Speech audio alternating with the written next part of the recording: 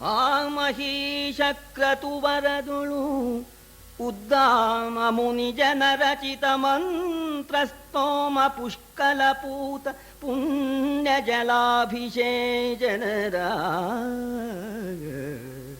ಮುನಿ ಜನರಚಿತ ಮಂತ್ರಸ್ತೋಮ ಪುಷ್ಕಲಪೂತ ಪುಣ್ಯ ಜಲಾಭಿಷೇಚನದ ಶ್ರೀ ಮುಡಿಗೆ ಕೈ ಇಕ್ಕಿದನು ಶ್ರೀ ಮುಡಿಗೆ ಕೈ ಇಕ್ಕಿದನು ವರಕಾಮಿನಿ ನಿಕುರುಂಬವು ಅಗಡಗಡ ಮಹಾಸತಿ ಶಿವ ಶಿವ ಎಂದು ಒದರಿದಲ್ಲೇ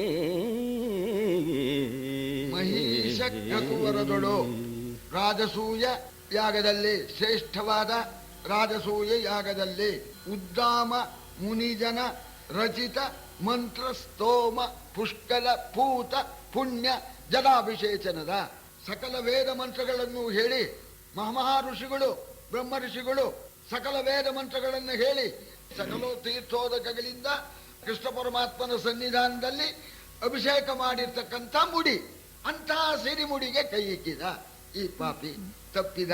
ಆಗ ಹೆಣ್ಮಕ್ಕಳು ಹೇಳ್ತಾ ಇದ್ದಾರೆ, ಹೇಳಿ ಮುಡಿಗೆ ಶಿವ ಮುಡಿಗೆ ಕೈ ಹಾಕಬೇಡಿ ಅಂತ ಹೇಳಿ ಎಲ್ಲ ದುಃಖ ಪಡ್ತಾ ಇದ್ದಾರೆ. ಇವ ಎಳೀತಾ ಇದ್ದಾನೆ, ಎಳೀತಾ ಇದ್ರೆ ಅವರು ಎಳ್ಕೊಂಡು ಹೋಗಬೇಡಿ ಅಂತ ಹೇಳಿ ಇವನಿಗೆ ಕಾಲಿಗೆ ಅಡ್ಡು ಬಿದ್ರಂತೆ. ಆ ಮಹಾಸತಿಯರು ದ್ರೌಪದಿ ಸತಿಯರು ಕಾಲಿಗೆ ಅಡ್ಡು ಬೀಳೋಣ. ಕೆದರಿದವು ಸೂಸಕದ ಮುತ್ತುಗಳು,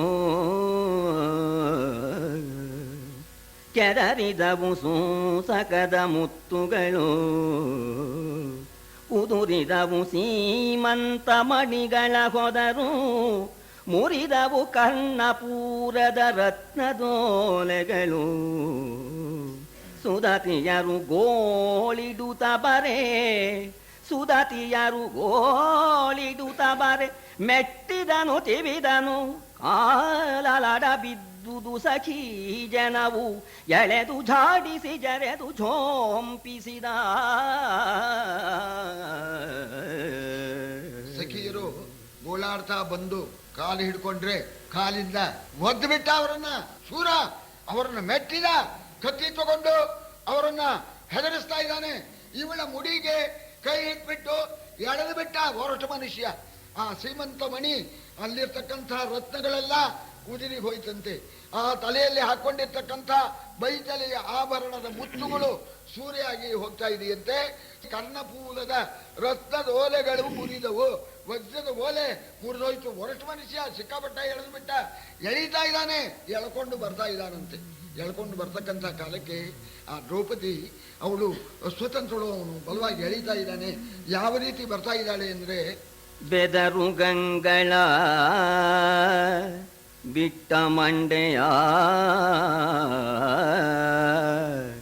ಬೆದರು ಗಂಗಳ ಬಿಟ್ಟ ಮಂಡೆಯ, ಹುರಿದ ಆಹಾರವದ ತೊಡಕಿದ ಪದಯುಗದ ಮೇಲುದಿದ, ಬೀದಿಯ ಧೂಳಿ ಧೂಸರದ ವದನ ಕಮಲದ, ಖಳನ ವಾಮಾಂಗದಲ್ಲಿ ವಾಗಿದ ತನುಲದೆಯ, ವರಸುದತಿ ಬಂದಳು ರಾಜಸಭೆಗೆ ನೃಪಾಲ ಕೇಳೆಂದ.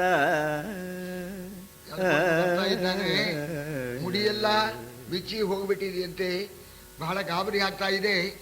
ಆಗ ಬೆದರು ಕಣ್ಣಿಂದ ನೋಡ್ತಾ ಇದ್ದಾಳೆ, ಯಾರು ಬಿಡಿಸ್ತಾರನೋ ಅಂತ ಬೆದರು ಕಣ್ಣಿಂದ ನೋಡ್ತಾ ಇದ್ದಾಳೆ. ಎಳ್ಕೊಂಡು ಹೋಗ್ತಾ ಇದ್ದಾನೆ. ಅವಳ ಉತ್ತರೀಯ ಮೇಲ್ ಸೆರಗಿದೆಯಲ್ಲ ಅದು ಕಳಿಸ್ಬಿಟ್ಟು ಕಾಲಿಗೆ ತೊಡಕೊಂಡ್ಬಿಟ್ಟಿದೆಯಂತೆ, ಮುಗ್ಗರಿಸೋ ಹಾಗೆ ಆಗ್ತಾ ಇದೆ. ಬೀದಿಯಲ್ಲಿರ್ತಕ್ಕಂಥ ಆ ಧೂಳೆಲ್ಲ ಇವಳ ಮುಖಕ್ಕೆ ಬಿದ್ದುಬಿಟ್ಟಿದೆಯಂತೆ, ಮುಖ ಬಾಡಿದೆಯಂತೆ, ಕಣ್ಣೀರು ಇಳಿತಾ ಇದೆ, ಹಾಹಾಕಾರ ಮಾಡ್ತಾ ಇದ್ದಾಳೆ. ಇಂಥವಳನ್ನ ಎಳ್ಕೊಂಡು ಬರ್ತಾ ಇದ್ರೆ ಆ ಸಭೆಗೆ ಹೋಗಿದ್ದಾರೆ. ಏನೋ ಅಲ್ಲಿ ವಿನೋದವಾದ ಜೂಜ ಆಗುತ್ತಂತೆ, ನೋಡೋಣ ಅಂತ. ಹೋಗೋದಿಲ್ವೇ ಕ್ರಿಕೆಟು ಮುಂತಾದ ನೋಡೋಕೆ ಎಲ್ಲ ಬಂದ್ಬಿಟ್ಟಿದ್ದಾರೆ. ಅಲ್ಲಿ ಸಮಸ್ತ ಚಾತುರ್ವರ್ಣದವರು ಬಂದಿದ್ದಾರೆ, ಏನೋ ಇಲ್ಲಿ ಮೋಜ್ ನಡೆಯುತ್ತೆ ಅಂತ. ಇವು ಎಳ್ಕೊಂಡು ಬರ್ತಾ ಇದ್ದಾನೆ. ಈ ದ್ರೌಪದಿ ಸ್ಥಿತಿಯನ್ನು ನೋಡಿದ್ರಂತೆ ಇವಳು ಅಳುತ್ತಾ ಇದ್ದಾಳೆ, ಸಂಕಟ ಪಡ್ತಾ ಇದ್ದಾಳೆ. ಇದನ್ನು ನೋಡಿ ಅಲ್ಲಿರ್ತಕ್ಕಂತಹ ಸಭಾಸದರು ಸಂಕಟ ಪಡ್ತಾ ಇದ್ದಾರೆ. ಅಹಹ ಪಾಂಡವರಾಜ ರಾಯಪಟ್ಟದ ಮಹಿಳೆಗೀ ವಿಧಿಯೇ ಮಹಾಕ್ರತು ವಿಹಿತ ಮಂತ್ರ ಜಲಾಭಿಷಿಕ್ತ ಕಚಾಗ್ರಗಿತು ವಿಧಿಯೇ ಮಿಹಿರ ಬಿಂಬವ ಕಾಣದ ಈ ನೃಪ ಮಹಿಳೆಗಿದು ವಿಧಿಯೇ ವಿಧಿಯೇ ಮಿಹಿರ ಬಿಂಬವ ಕಾಣದ ಈ ನೃಪ ಮಹಿಳೆಗಿದು ವಿಧಿಯೇ ವಿಧಾತನ ಕುಹಕ ವೈಸಲೇ ವಿಧಾತನ ಕುಹಕ ವೈಸಲೇ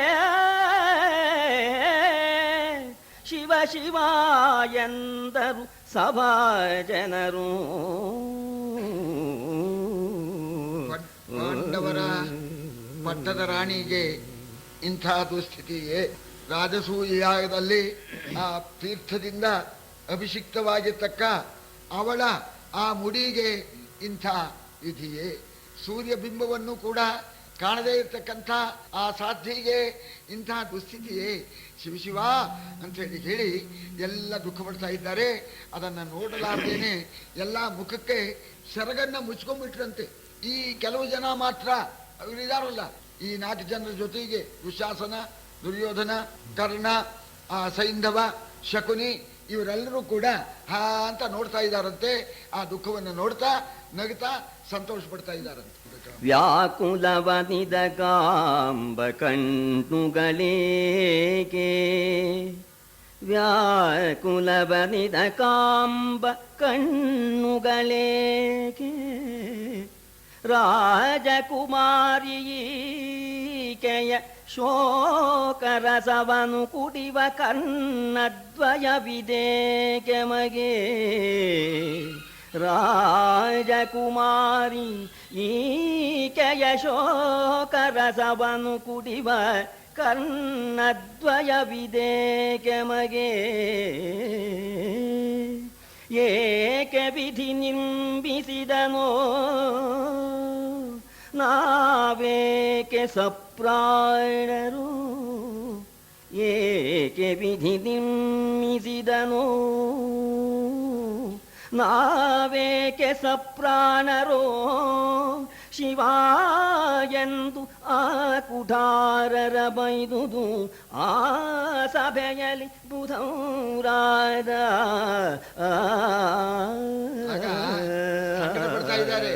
ಬ್ರಹ್ಮ ನಮ್ಮನ್ನು ಯಾಕಪ್ಪ ಸೃಷ್ಟಿಸಿದೆ ನೀನು? ಇಂಥ ದುಸ್ಥಿತಿ ನೋಡ್ತಕ್ಕಂಥ ಪರಿಸ್ಥಿತಿ ನಮಗೂ ಒದಗಿ ಬಿಡ್ತಲ್ಲ, ನಮಗೆ ಯಾಕಪ್ಪ ಕಣ್ಣು ಕೊಟ್ಟೆ ಅಂತ ಹೇಳ್ತಾ ಇದ್ದಾರೆ. ಕಣ್ಣಿಲ್ದೇ ಇದ್ರೆ ದ್ರೌಪದಿಯ ಈ ಕಷ್ಟವನ್ನ ನಾವು ಕಾಣ್ತಕ್ಕಂಥ ಪ್ರಸಂಗ ಬರ್ತಾ ಇರಲಿಲ್ಲ. ಹಾ ಅಂತ ಹೇಳಿ ಅವಳು ರೋದನ ಮಾಡ್ತಾ ಅಳ್ತಾ ಇದ್ದಾಳೆ. ನಮಗೆ ಕಿವಿಡಾಗ್ಬಿಟ್ಟಿದ್ರೆ ಅದು ಕಿವಿಗೆ ಅದು ಕೇಳ್ತಾ ಇರಲಿಲ್ಲ. ಅವಳ ಆ ರೋದನ ಧ್ವನಿಯನ್ನು ಕೇಳ್ತಕ್ಕಂಥ ನಮಗೆ ಕಿವಿಯನ್ನ ಯಾಕೆ ಕೊಟ್ಟೆ, ಅವಳನ್ನ ನೋಡ್ತಕ್ಕಂಥ ಕಣ್ಣಿ ಯಾತಕ್ಕೆ ಕೊಟ್ಟೆ, ಈ ದುಸ್ಥಿತಿಯನ್ನು ನೋಡೋದಕ್ಕೋಸ್ಕರ ನಮಗೆ ಪ್ರಾಣ ಯಾತಕ್ಕೆ ಕೊಟ್ಟೆ, ನಾವು ಸತ್ತೋಗಿದ್ರೆ ಆಗ್ತಾ ಇರ್ಲಿಲ್ವೇ ಅಂತ ಹೇಳಿ ತಡೆಯೋಕೆ ಯೋಗ್ಯತೆ ಇಲ್ಲ, ಅವಳ ಸಂಕಟ ಸಹಿಸಲಾರ್ದೇನೆ ಧಿಕ್ಕಾರ ಅಂತ ಹೇಳಿ ದುಶ್ಯಾಸನನಿಗೆ ಧಿಕ್ಕಾರ, ದುರ್ಯೋಧನಿಗೆ ಧಿಕ್ಕಾರ ಅಂತ ಹೇಳಿ ತಮ್ಮ ಮನಸ್ಸಿನಲ್ಲೇ ಅದನ್ನು ಗಟ್ಟಿಯಾಗಿ ಹೇಳುವ ಹಾಗಿಲ್ಲ, ಧಿಕ್ಕಾರ ಅಂತ ಹೇಳಿಕೊಂಡು ಎಲ್ಲರೂ ಕೂಡ ಸಂಕಟ ಪಡ್ತಾ ಇದ್ದಾರೆ. ಆಗ ಆ ಸ್ಥಿತಿಯನ್ನು ನೋಡಿದ ಭೀಮ ತಲೆ ತಗ್ಗಿಸ್ಕೊಂಡೇ ಇದ್ದ. ಅವಳ ಆ ರೋದನ ಧ್ವನಿ ಕೇಳಿದ, ನೋಡಿದ, ಸಹಿಸಲಿಲ್ಲ, ಎದ್ದು ಬಿಟ್ಟ. ಹೇಳ್ಬೇಕು ಅಂತ ಏನು ಎದ್ದು ಪೂರೈಸಿಬಿಡ್ಬೇಕು ಅಂತ ಆ ಧರ್ಮರಾಜನಿಗೆ ಗೊತ್ತಾಗೋಲ್ವೇ ಆ ಭೀಮನ ಸ್ಥಿತಿ. ಹುಬ್ಬಿನಿಂದ ನಿಲ್ಲಿಸಿಬಿಟ್ಟ. ಹುಬ್ಬಿನಿಂದ ಬೇಡ, ಪರಿಸ್ಥಿತಿ ಸರಿ ಇಲ್ಲ, ಸತ್ಯ ಧರ್ಮ ಉಳಿಬೇಕು ಅಂತ ಹುಬ್ಬಿನಲ್ಲಿ ಸೂಚಿಸಿಬಿಟ್ಟ. ನೋಡಿ ಧರ್ಮರಾಜನ ಯೋಗ್ಯತೆ ಅಂತ. ಭೀಮ ಹೇಳ್ಬೇಕು ಅಂತ ಹೋದಾಗ ಹುಬ್ಬಿನಲ್ಲಿ ನಿಲ್ಲಿಸಿಬಿಟ್ಟಿದ್ದಾನೆ. ಅಷ್ಟೊತ್ತಿಗೆ ವರ್ತಮಾನ ಪಾಂಡವರು ಸೋತರು, ಎಲ್ಲ ಕಳ್ಕೊಂಡ್ರು ಅಂತ ನೋಣ. ಆಗ ಆ ಹೊರಗಡೆ ಸೈನ್ಯ ಇತ್ತಲ್ಲ, ಅವರೆಲ್ಲ ಸಿದ್ಧ ಮಾಡುವ, ನೋಡೇ ಬಿಡೋಣ ಕಣೋ, ನುಗ್ಗೇ ಬಿಡೋಣ ಅಂತ ಅವರು ಅಲ್ಲಿ ಸಿದ್ಧ ಮಾಡ್ತಾ ಇದ್ದಾರೆ. ಸರಿ, ಇಲ್ಲಿ ಎಲ್ಲರೂ ಸಂಕಟ ಪಡ್ತಾ ಇದ್ದಾರೆ. ಆ ದುಃಖವನ್ನ, ದ್ರೌಪದಿ ದುಃಖವನ್ನು ನೋಡಲಾರ್ದೇನೆ ಉತ್ತರೀಯದಿಂದ ಕಣ್ಣು ಮುಚ್ಕೊಳ್ತಾ ಇದ್ದಾರೆ. ಆ ಸಂದರ್ಭಕ್ಕೆ ದುರ್ಯೋಧನ ಒಂದು ಬುದ್ಧಿವಂತಿಕೆ ಮಾಡ್ತಾನೆ. ಇತ್ತಲ ಬಲೆಯ ವಿಧಿಯ ಕೇಳು ಅತಿಮತ್ತನೈಧೃತ ರಾಷ್ಟ್ರಸುತನು ಈ ಮತ್ತ ಗಜಗಾಮಿನಿಯ ಬಿಡಿಸಿದನು ಅವನ ಕೈಯಿಂದ. ನೆತ್ತ ಸೋತುದು ನಿನ್ನ ನೊಡ್ಡಿ, ನೆತ್ತ ಸೋತುದು ನಿನ್ನ ನೊಡ್ಡಿ, ನೃಪೋತ್ತಮನು ಸಲೆ ಮಾರ ಮಾರಿದನು. ಒತ್ತರೆ ನಗುದೆಲೆಗೆ ತೊತ್ತಿರ ಹಿಂಡ ಹೋಗು ಎಲ್ಲ. ಭಕ್ತನಾದ ದುರ್ಯೋಧನ, ತಮ್ಮ ಅವನನ್ನು ಬಿಟ್ಬಿಡು ಬಿಡು ಅಂತ ಬಿಡಿಸಿಬಿಟ್ಟು ಆಗ ಹೇಳ್ತಾ ಇದ್ದಾನೆ, ದ್ರೌಪದಿ ಪಾಪ ನಮಗೂ ಸಂಕಟ ಆಗತ್ತೆ, ನಿಮ್ಮ ಧರ್ಮರಾಜ ಜೂಜಿನಲ್ಲಿ ಸೋತ, ನಿನ್ನನ್ನ ನನಗೆ ಮಾರ್ಕೊಂಡ್ಬಿಟ್ಟಿದ್ದಾನೆ, ಈಗ ನಿನಗೆ ಸ್ವಾಮಿ ನಾನೇನೆ. ಜೂಜಿನಲ್ಲಿ ಸೋತು ಪೂರ್ಣವಾಗಿ ಮಾರ್ಬಿಟ್ಟಿದ್ದಾನೆ, ಸ್ವಲ್ಪ ಮಾರಿಲ್ಲ, ಪೂರ್ಣವಾಗಿ. ಸರಿ, ಕಂಡೀಷನ್ ಸೇಲ್ ಅಂತ ಇರುತ್ತಲ್ಲ, ಕೆಲವು ದಿವಸಕ್ಕೆ ಬಿಡಿಸ್ಕೋಬಹುದು ಅಂತ, ಹಾಗಿಲ್ಲ, ಸಂಪೂರ್ಣವಾಗಿ ಮಾರ್ಬಿಟ್ಟಿದ್ದಾನೆ. ಪಾಪ ನನಗೂ ದುಃಖವಾಗತ್ತೆ, ಆದ್ರಿಂದ ಇನ್ನೂ ಗತಿ ಇಲ್ಲ, ನೀನು ನನ್ನ ದಾಸಿಯಾಗಿರ್ಬೇಕು, ನಮ್ಮ ದಾಸಿಯ ಆ ಹಿಂಡಿಗೆ ಹೋಗು ಅಂತಂದ, ಮೆಲ್ಲಿಗೆ ಅಂದ. ದ್ರೌಪದಿ ಸಾಮಾನ್ಯಳೆ, ಅವಳು ನಿಧಾನವಾಗಿ ಅನ್ನೋಣ, ಇವಳು ನಿಧಾನವಾಗಿ ಹೇಳ್ತಾಳೆ. ಲಲಿತ ಬುದ್ಧಿಗಳೀಗ ನೋಡಿರಿ ಲಲನೆಯನು, ಸತಿದಿಟ್ಟೆಯನ್ನದಿರಿ ಸತಿದಿಟ್ಟೆಯನ್ನದಿರಿ ಎಲೆ ಸುಯೋಧನ. ರಾಜಸಭೆಯಿದು ದೋಷರಹಿತವಲೇ, ಗೆಲವಿದೆಂತುದೋ ತನ್ನ ಸೋಲಿದು ಬಳಿಕ ಸೋತರೆ ಗೆಲವಿದೆಂತುದೋ. ಧರ್ಮಗತಿಯನು ತಿಳಿದು ಹೇಳಲಿ ತತ್ಸಭಾಸದರು, ಧರ್ಮಗತಿಯನು ತಿಳಿದು ಹೇಳಲಿ ತತ್ಸಭಾಸದರು ಎಂದಳಿಂದು ಮುಖಿ. ನಿಮ್ಮ ಮೃದುವಾದ ಉಪದೇಶ ನನಗೆ ಬೇಕಾಗಿಲ್ಲ, ಸಭೆ ಕಡೆ ನೋಡಿ ಹೇಳ್ತಾ ಇದ್ದಾಳೆ ದುರ್ಯೋಧನ. ಈ ಸಭೆ ಇದು ದೋಷರಹಿತವಾದ ಸಭೆ, ಈ ಸಭೆಯಲ್ಲಿ ನಿನ್ನ ಈ ಮೃದುವಾದ ಉಪದೇಶ, ಈ ಹಿತದ ಮಾತು, ಪಶ್ಚಾತ್ತಾಪ ನಂಗೆ ಬೇಕಾಗಿಲ್ಲ. ಅಯ್ಯೋ ಪಾಪ ಹೀಗಾಗಬಾರ್ದಾಗಿತ್ತು ಅಂತ ಪಶ್ಚಾತ್ತಾಪ ಪಟ್ಟ. ಅದಕ್ಕೆ ಅವಳು ಹೇಳ್ತಾಳೆ, ನಿನ್ನ ಪಶ್ಚಾತ್ತಾಪ ಬೇಡ, ನಿನ್ನ ಮೃದುವಾದ ಉಪದೇಶ ಬೇಕಾಗಿಲ್ಲ. ಈ ಸಭೆ ಇದು ದೋಷರಹಿತವಾದ ಸಭೆ. ಈ ಸಭೆಯಲ್ಲಿ ನಂದು ಒಂದು ಪ್ರಶ್ನೆ, ಆ ಪ್ರಶ್ನೆಗೆ ಸಭೆ ಉತ್ತರ ಕೊಡ್ಲಿ. ಧರ್ಮರಾಜ ತನ್ನನ್ನ ಸೋತ ನಂತರ ನನ್ನನ್ನು ಇಟ್ಟು ಸೋತದ್ರಿಂದ ಆ ಸೋಲು ನ್ಯಾಯಬದ್ಧವೇ ಅಂತ ಅನ್ನೋದನ್ನ ಈ ಸಭೆಯವರು ಹೇಳಿ, ಆಮೇಲೆ ನಾನು ಒಪ್ಕೊಳ್ತೇನೆ. ಸಭೆ ಅಂದ್ರೆ ಸಾಮಾನ್ಯವಲ್ಲ, ಈ ಸಭಾ ಹೇಗಿರ್ಬೇಕು ಅಂತ ಅದನ್ನು ಹೇಳ್ತಾರೆ.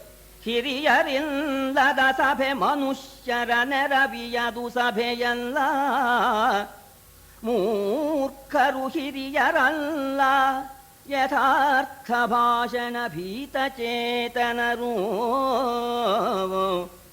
ಹಿರಿಯರಿದೆ ಸಾಮಾಜಿಗರು, ಸಚ್ಚರಿತರಿದೆಲ. ಹಿರಿಯರಿದೆ ಸಾಮಾಜಿಗರು, ಸಚ್ಚರಿತರಿದೆಲ. ಸ್ತ್ರೀಮತವನುತ್ತರಿಸಲಾಗದೆ ಧರ್ಮಶಾಸ್ತ್ರದೊಳು, ಸ್ತ್ರೀಮತವನುತ್ತರಿಸಲಾಗದೆ ಧರ್ಮಶಾಸ್ತ್ರದೊಳು ಎಂದಳಿಂದು ಮುಗಿ. ಸಭೆಯಲ್ಲ ಅಂತ ಅದು ಏನು ಅಂದ್ರೆ, ಈ ದನಗಳ ಗುಂಪು, ಕುರಿ ಹಿಂಡು, ಹಾಗೆ ಹಿಂಡು ಅಂತ ಅರ್ಥ, ಮನುಷ್ಯರ ಹಿಂಡು. ಹಿರಿಯರಿಲ್ಲದೆ ಜನ ಇರ್ಬೋದು ಸಂಖ್ಯೆಗೆ, ಕೈ ಎತ್ತೋಕೆ, ಓಟ್ ಕೊಡೋಕೆ, ಆದ್ರೆ ಅದು ಸಭೆ ಅಂತ ಅನ್ಸ್ಕೊಳ್ಳಲ್ಲ. ಅದು ಏನಂತ ಅನ್ನಿಸ್ಕೊಳ್ಳುತ್ತೆ ಅಂದ್ರೆ, ಕುರಿ ಹಿಂಡು, ಹಾಗೆ ಮನುಷ್ಯರ ಹಿಂಡು ಅಂತ ಅನ್ನಿಸ್ಕೊಳ್ಳುತ್ತೆ. ಹಿರಿಯರು ಅಂದ್ರೆ ಏನು ಅಂದ್ರೆ, ವಯಸ್ಸಾಗಿ ಹಲ್ಲು ಗಿಲ್ಲು ಬಿದ್ದು ಮುದುಕರಾಗಿದ್ದಾರಲ್ಲ ಅವರೆಲ್ಲ ಹಿರಿಯರು. ಹಿರಿಯರು ಅಂತಂದ್ರೆ ಯಥಾರ್ಥವಾಗಿರ್ತಕ್ಕಂಥ ವಿಚಾರವನ್ನ, ಸುಳ್ಳನ್ನು ಇಲ್ಲದೆ ಯಥಾರ್ಥವಾದ ವಿಚಾರವನ್ನ ಹೇಳ್ತಕ್ಕಂಥವರು ಅವರು ಹಿರಿಯರು. ಸತ್ಯ ಅಂದ್ರೆ ಯಾವುದು ಅಂದ್ರೆ, ಯಾವ ವಿಧವಾದ ವಂಚನೆಗೂ ಒಳಪಟ್ಟಿರಕೂಡದು, ಅದು ಸತ್ಯ. ಸತ್ಯ ಅಂದ್ರೆ ಯಾವ ವಿಧವಾಗಿರ್ತಕ್ಕಂಥ ಕೃತ್ರಿಮ ಆ ಸತ್ಯದಲ್ಲಿ ಇರಬಾರದು. ಈ ಸಭೆ ತುಂಬಿದ ಸಭೆ, ಹಿರಿಯರಿದ್ದಾರೆ, ಸತ್ಯವಾದಿಗಳಿದ್ದಾರೆ, ಸತ್ಯಸಂಧರಿದ್ದಾರೆ. ನನ್ನ ಪ್ರಶ್ನೆಗೆ ದಯವಿಟ್ಟು ತಾವು ಉತ್ತರ ಕೊಡಬೇಕು. ಒಬ್ಬ ಹೆಂಗಸು ಒಂದು ಪ್ರಶ್ನೆ ಕೇಳ್ತೇನೆ, ವಾಸ್ತವವಾಗಿ ನನ್ನ ಪರವಾಗಿ ಯಾರು ಕೇಳೋರು ಇಲ್ಲದೆ ಇರೋಣದ್ರಿಂದ ನಾನೇ ಕೇಳಬೇಕಾಯ್ತು. ಒಂದೇನೋ ನನ್ನ ತಪ್ಪು, ಒಬ್ಬಳ ಹೆಣ್ಣುಮಗಳು ಇಂತಹ ಹಿರಿಯರ ಸಭೆಯಲ್ಲಿ ಬಂದು ಪ್ರಶ್ನೆ ಕೇಳೋದು ಅಂತನ್ನೋದು ಸ್ವಲ್ಪ ದಿಟ್ಟತನವೇನೆ, ಯತ್ನ ಇಲ್ಲ, ಕ್ಷಮಿಸಿ. ನನ್ನ ಪರವಾಗಿ ಯಾರೂ ಕೇಳೋರಿಲ್ಲ, ಅದಕ್ಕೆ ಕೇಳ್ತಾ ಇದ್ದೇನೆ. ಹಿರಿಯರಿದ್ದೀರಿ, ಸತ್ಯಸಂಧರಿದ್ದೀರಿ, ಸತ್ಯವಾದಿಗಳಿದ್ದೀರಿ, ಹೇಳಿ ನನ್ನ ಪ್ರಶ್ನೆಗೆ ಉತ್ತರನ ಅಂತ ಕೈ ಮುಗಿದು ಚಪಳೆ ಪಡ ಹೋಗು ಇವಳು ಕಲಬರನು ಪಚರಿಸುವುದನ್ನು ಅರಿಯಲಾದುದು. ದ್ರುಪದ ನಂದನೆ ನಡೆ ವಿಲಾಸಿನಿಯರ ವಿಧಾನದಲ್ಲಿ ಕೃಪಣನೇ ಕುರುರಾಯ, ಕೃಪಣನೇ ಕುರುರಾಯ, ನಿನಗಿನ್ನಪದೆಸೆಯ ಕೊಲೆ ಹೋಯಿತು. ರಾಯನ ವಿಪುಲ ವಿಭವವನನುಭವಿಸು ನಡೆ ಎಂದ ನಾಯಕರ್ಣ. ನೋಡು ದ್ರೌಪದಿ, ಯಾಕಿಂತ ಪ್ರಶ್ನೆ ಕೇಳಬೇಕು ಅಂತ, ಅದಕ್ಕೆ ನಿಂದು ಸ್ವಲ್ಪ ಚಾಪಲ್ಯ ಅಂತ ನಾ ಹೇಳ್ತೇನೆ. ಸದ್ಯ ಅನುಕೂಲ ಆಯ್ತು ನಿಂಗೆ. ಈಗ ಒಬ್ಬನ್ನೇ ಗಂಡನ್ನ ಅನುಸರಿಸ್ಕೊಂಡಿದ್ರೆ ಆಮೇಲೆ ಇನ್ನೊಬ್ಬ ಗಂಡ ಬಂದ್ರೆ ಅವನ ಹತ್ರ ಹೇಗೆ ನಡ್ಕೊಳ್ಳೋದು ಅಂತ ಹೇಳಿ ಅವಾಗ ನಿಂಗೆ ಅಭ್ಯಾಸಕ್ಕೆ ತೊಂದರೆ ಆಗೋದು. ನೋಡಿ ಕರ್ಣನ ಮಾತಾ ಯಾಕೆ ಅರ್ಜುನ ಹೊಡೆದ ಅನ್ನೋದು ನೋಡಿ. ಇವಳು ಹೇಳ್ತಾಳೆ, ಒಬ್ಬನ್ನೇ ಅನುಸರಿಸ್ಕೊಂಡಿದ್ರೆ ಒಬ್ಬ ಗಂಡನ್ನ ಆಮೇಲೆ ಇನ್ನೊಬ್ಬ ಗಂಡ ಬಂದ್ರೆ ಅವನ ಹತ್ರ ಹಾಗಿರ್ಬೇಕು ಅಂತ ಅದು ಅಭ್ಯಾಸ ಮಾಡ್ಕೋಬೇಕಾಗಿತ್ತು. ನಿಂಗೆ ಅಭ್ಯಾಸ ಆಗಿಬಿಟ್ಟಿದೆ, 5 ಜನರ ಜೊತೆಯಲ್ಲಿ ಇದ್ದು ಅಭ್ಯಾಸ ಆಗಿದೆ. ಈಗ ಯಾತಕ್ಕೆ ಸುಮ್ಮನೆ ಈ ಚಾಪಲ್ಯದಿಂದ ಈ ಪ್ರಶ್ನೆ ಕೇಳ್ತೀಯ? ನಿನ್ನ ಅದೃಷ್ಟ ಚೆನ್ನಾಗಿದೆ, ನಿನಗೆ ಹೊಲೆ ಹೋಯ್ತು.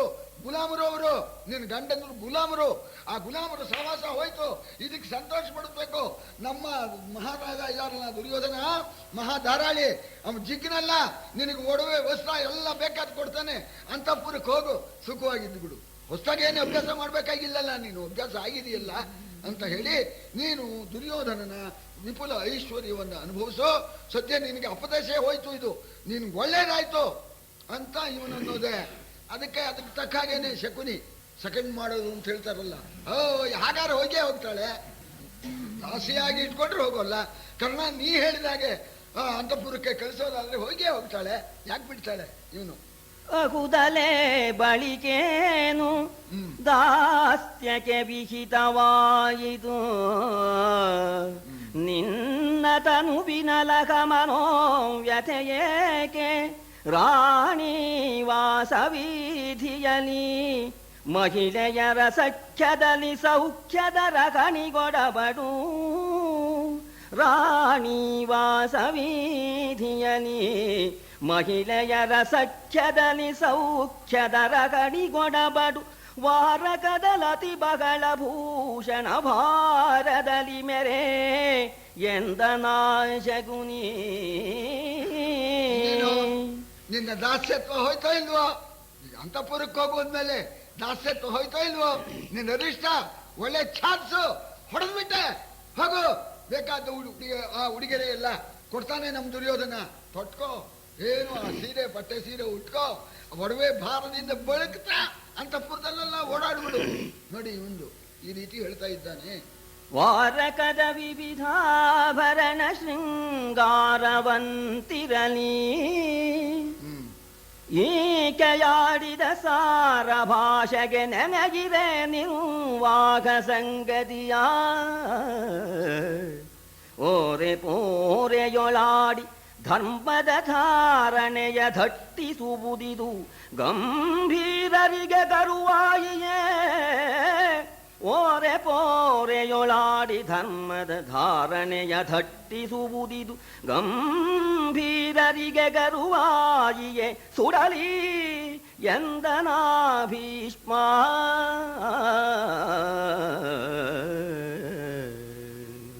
ಆಗ ಭೀಷ್ಮರು ಒಂದೇ ಮಾತಂದ್ರು, ಅವಳು ಕೇಳತಕ್ಕಂಥ ಪ್ರಶ್ನೆಗೆ ಉತ್ತರ ಕೊಡಿ.